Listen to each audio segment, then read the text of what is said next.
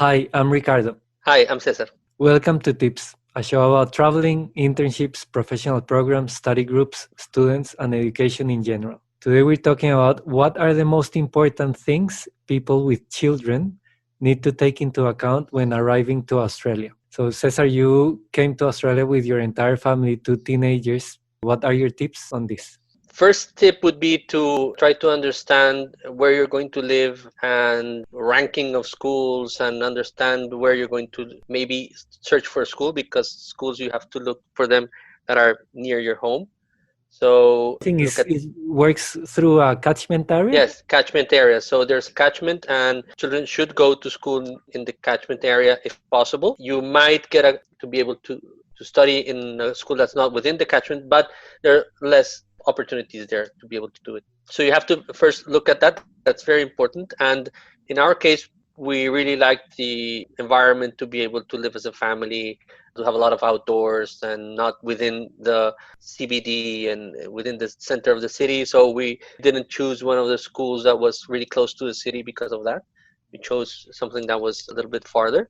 And also because There's the furthest you go from the city center, the more affordable it becomes. yes, yeah, the rent and the places are more affordable. The schools are very similar in whatever you have to, if you have to pay in case of public schools or private schools, then I think you can find around any place there's opportunities for them.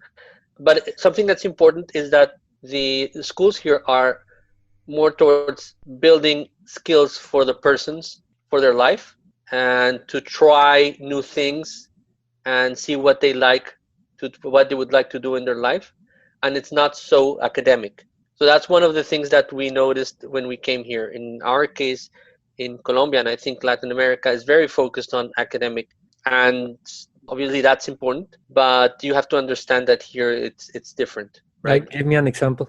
For example, they don't have much homeworks or work to do after school. They let that time so that the kids can have sports, the kids can have music lessons, the kids can do arts, they can do whatever they want in the afternoon, for example, right? Mhm. Or within the classes in the same school, my son is having cooking lessons and he's also learning woodcraft and he's also learning. So he's been exposed to a lot of things. He's also doing business and he's also doing robotics.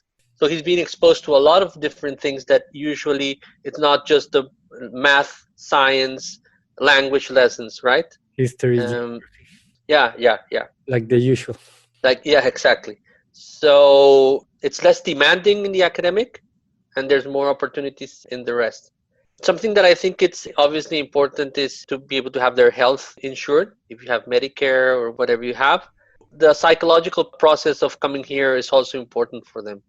And you have to be, since the beginning, try to motivate them before coming. And then when they come, it's a big change. They change city, friends, they change Food. classmates. Yeah.